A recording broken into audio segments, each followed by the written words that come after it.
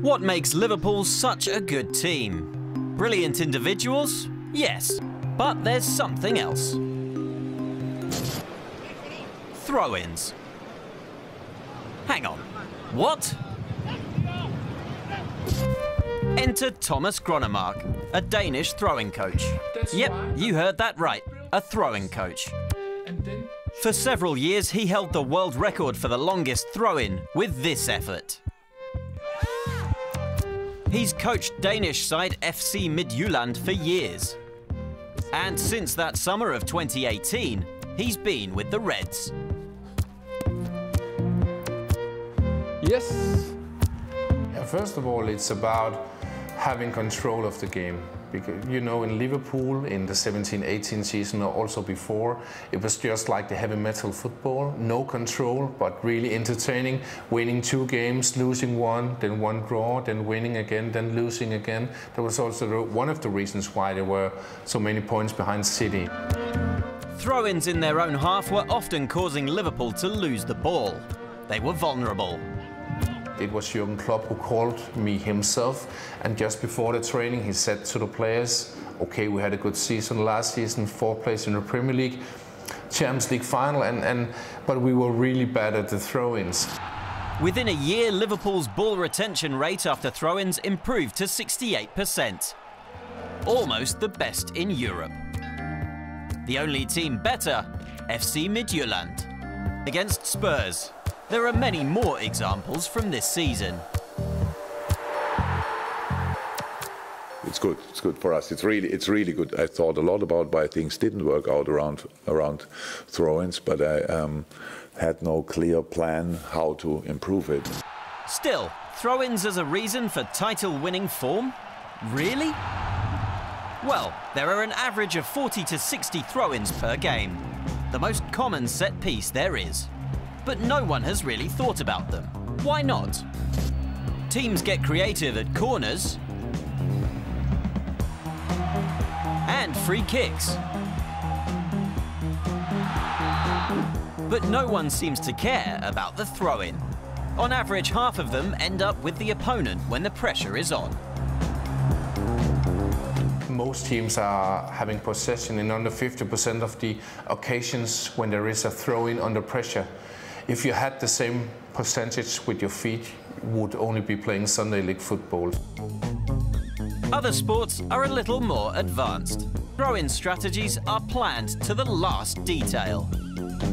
In the history, a little bit far behind in some areas. Most coaches are just thinking, hey, we are so bad, it can't be worse. But the throw-in has been around for so long. At the start of football history, whoever retrieved the ball first took the throw-in. Up until 1877, the ball had to be thrown perpendicular to the touchline, as in rugby. For a long time, the technique didn't matter.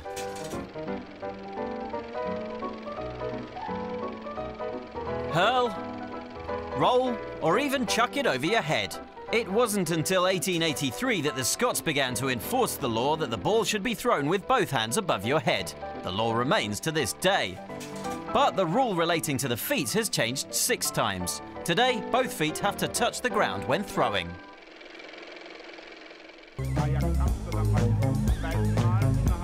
The coaches, they're expecting that the players can make a precise throw-in. And sometimes they're yelling at the players, hey, come on, take the precise throw-in. But they're not doing it in training. Imagine if the professional football players hadn't trained passing with their feet. What would happen? They'll just hit no one. Most teams can improve their precision. The most common mistake is that players fail to find the feet of their teammate with the throw. This makes controlling the ball difficult. A lot of people think, oh, it's only a small thing. But if you have a precise throw into the feet, then you can also make a precise return pass. It was this exact exercise that Liverpool's stars had to repeat hundreds of times, until they finally hit the cone. And if you can find the cone regularly, then you can find your teammate's foot.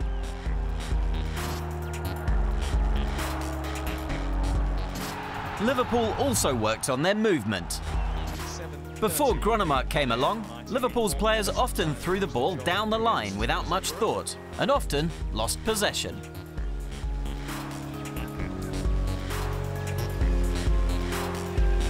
One of the biggest mistakes that many teams are making is that people are saying, oh, if we're having a throw in here, we just have to throw it down the line, because it's better to lose the ball here 30 meters down than to lose it at our own penalty area. But the thing or the challenge is that often if you're throwing it down the line, the player who's receiving the ball is in a small box. He's like in a sandwich of two defenders. And often the defenders will win the duel here, or if he wins the duel, he'll often just flick it on to the central defender of the opponents. So we really want to create space here to not go into this small box, and that's what I'm helping the clubs with. So the technique of the thrower is at least as important as the throw itself.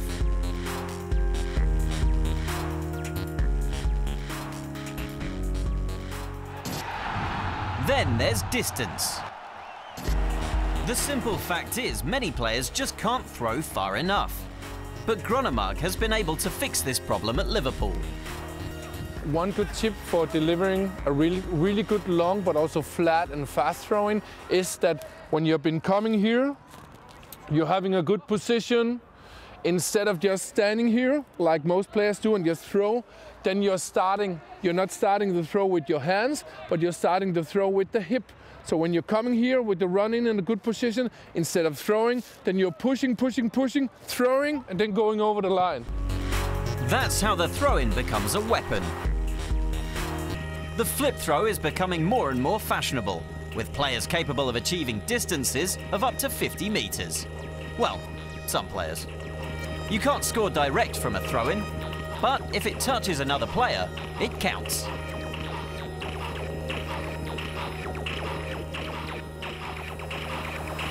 Out of bounds, run towards that spot, plant your front foot just before that line. More and more attention is being paid to throw-ins.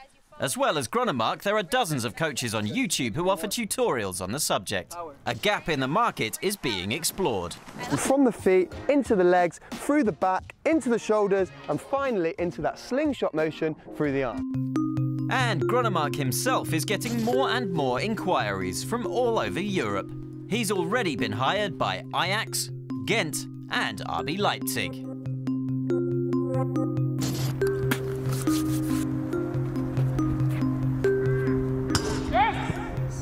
It's always good to have specialists around, and he's a very focused man in this part. It's interesting if you talk to a throwing coach after a game and he only talks about the throw-ins, and you think about the ball was in the game as well, right?